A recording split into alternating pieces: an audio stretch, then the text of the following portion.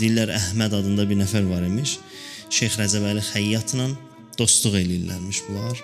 Şeyx Rəcəbəli Xəyyat da sadə yaşayıb, sadə adam olub, amma mənəvi baxımdan çox uca, mənəvi mərtəbələrdə olub bu adam. Çox mənəvi şəxsiyyət olub, arif olub. Əhməd də bundan dostluq eləyirmiş, bunlar yoldaşlıq eləyirlərmiş. Bu Əhməddə restoranı varmış, restoran işlədirmiş. Bir nəfər deyir, getdim onun bir dəfə restoranına, gördüm girişdə qapının üstündən yazıb ki, borca yemək veririk. Əgər pula ehtiyacın olsa, gücüm çatan qədər borc da veririk. Qapıya, restoranın girişinə belə bir şey yazıb.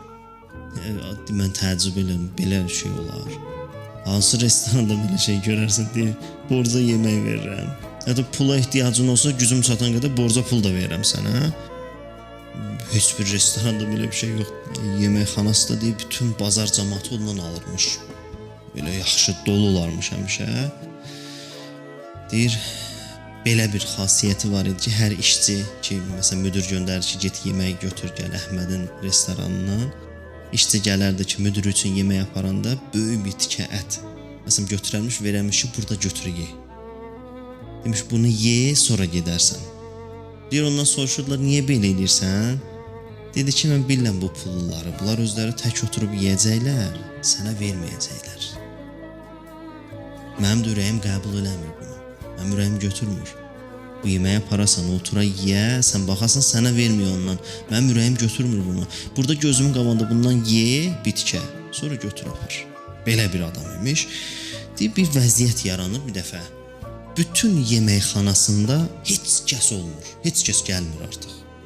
Həmişə ki, müştərisi çox olan bir adam, bütün bazar onun yeməkxanasından yemək yeyirmiş. Bir dəfə bir vəziyyət yaranır ki, heç kəs gəlib heç nə almır. Boş, hər gün açır, axşama qədər boş, heç nə sata bilmir. Bu qədər müştərisi olan adam, indi heç kəs gəlmir. Gəlir Şeyx Rəcəbəli Xəyyatın yanına, deyir ki, bilirsən də, mənim ticarətim yaxşı olub həmişə. Hamı bilir ki, mən yaxşı yemək verirəm. Yaxşı müştərim olub həmişə mənim, amma almırlar, gəlmirlər. Nə oldu görəsən, deyir. Şeyx buna deyir ki, yadıva sal, bir dəfə bir dənə cavan gəldi.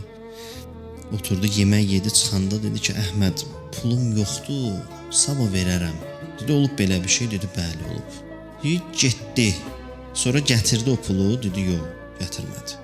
2-3 gün keçdi, yenə gəldi, ac idi. Yenə yemək yedi, dedi, pulum yoxdur, gətirərəm.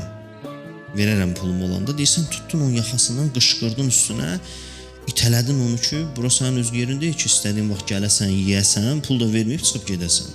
İtələdin onu, qovdun oradan. Deyirəm, onun qəlbi sındı. Sən onun qəlbini sındırdın. Doğrudan da onun pulu yox idi ya. Özdə seyyiddir. Allah yeməkxanavın qapısını bağladı.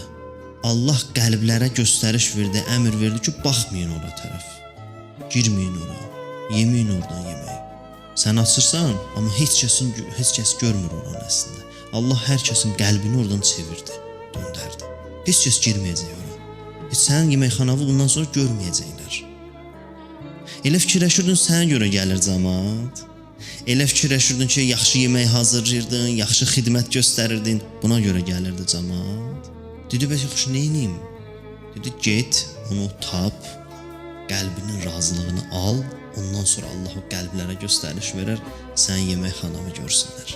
Bu gəlir, axtarır, tapır, razılığını alır, qəlbini ələ alır, sabahdan yenə müştərilər başlayırlar bu yeməkxanasına əvvəlki kimi çox gəlməyə.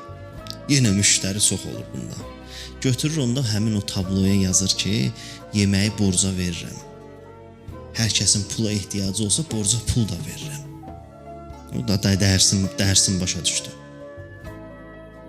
Borca yemək verirəm. Bu aləmdə hər şeyin səbəbi var. Bir qəlb qırarsan o səbəb olar, hər şey səndən özlənər.